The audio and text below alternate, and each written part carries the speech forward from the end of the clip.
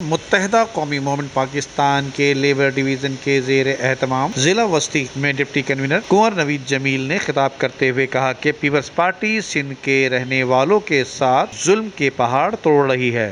तामीरी fund से महरूम करने के बाद कराची को उसके हिस्से की नौकरियों से महरूम करने के बाद आखिर में जब करने के लिए कुछ नहीं बचा तो ये सिंध हुकूमत बल्दिया के मुलाजमीन जिसमें केएमसी और डीएमसी के मुलाजमीन शामिल हैं उनसे और ख़ास तौर से डीएमसी सेंट्रल के मुलाजमीन से इंतकाम लेने के लिए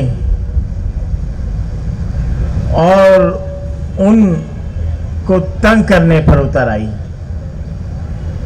सबसे पहले यहां पर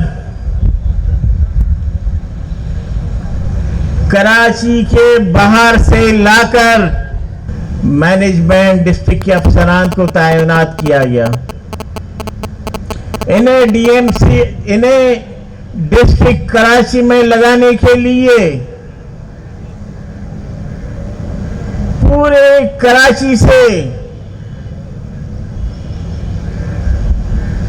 कोई ग्रेड 19 का अफसर डिप्टी कमिश्नर लगाने के लिए नहीं मिला कि हर डीएमसी में केएमसी में एक आध मुलाजिम वो हुकूमत सिंध से भेज सकते हैं। तो उस कानून को खत्म करके अंदरूने सिंध से राशि और करप्ट अफसरान को कराची की डीएमसीज में पोस्ट करना शुरू कर दिया, जो कराची को दुबई समझकर आते हैं, जिनका मकसद कराची को लूटना होता है। आज सिंध असेंबली में भी मेरी तकरीर थी, मैंने वहां पर भी इन मुतासिब अफसरान के हवाले से तफसील से बात की, एसयूजी अफसरान के लिए भी तफसील से बात की। वज़ीर आला साहब बैठे हुए थे मेरे बराबर में।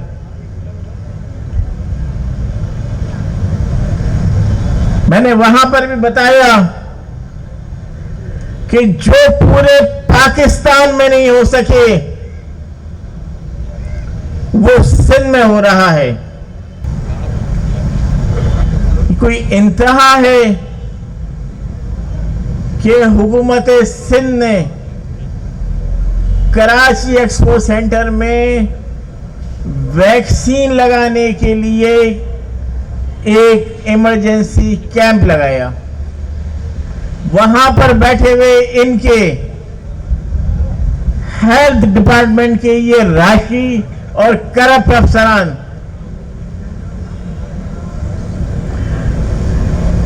वैक्सीन को प्राइवेट सेक्टरों में सेल कर रहे हैं और लोगों को जाली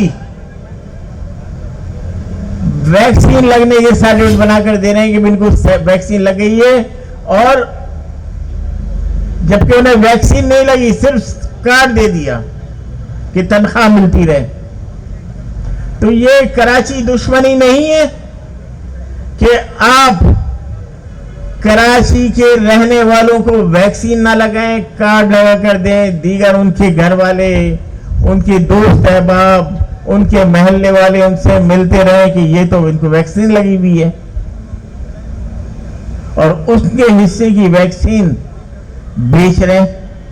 जबकि इस मौके पर MQM पाकिस्तान के अहदेदारान और लेबर डिवीज़न के जिम्मेदारान और DMC सेंटर के एडमिनिस्ट्रेटर और MC के अलावा तमाम डिपार्टमेंट के आला अफसरान और अहलकार भी मौजूद थे। नदीम सिद्दीकी, मेट्रो 7 पाकिस्तान।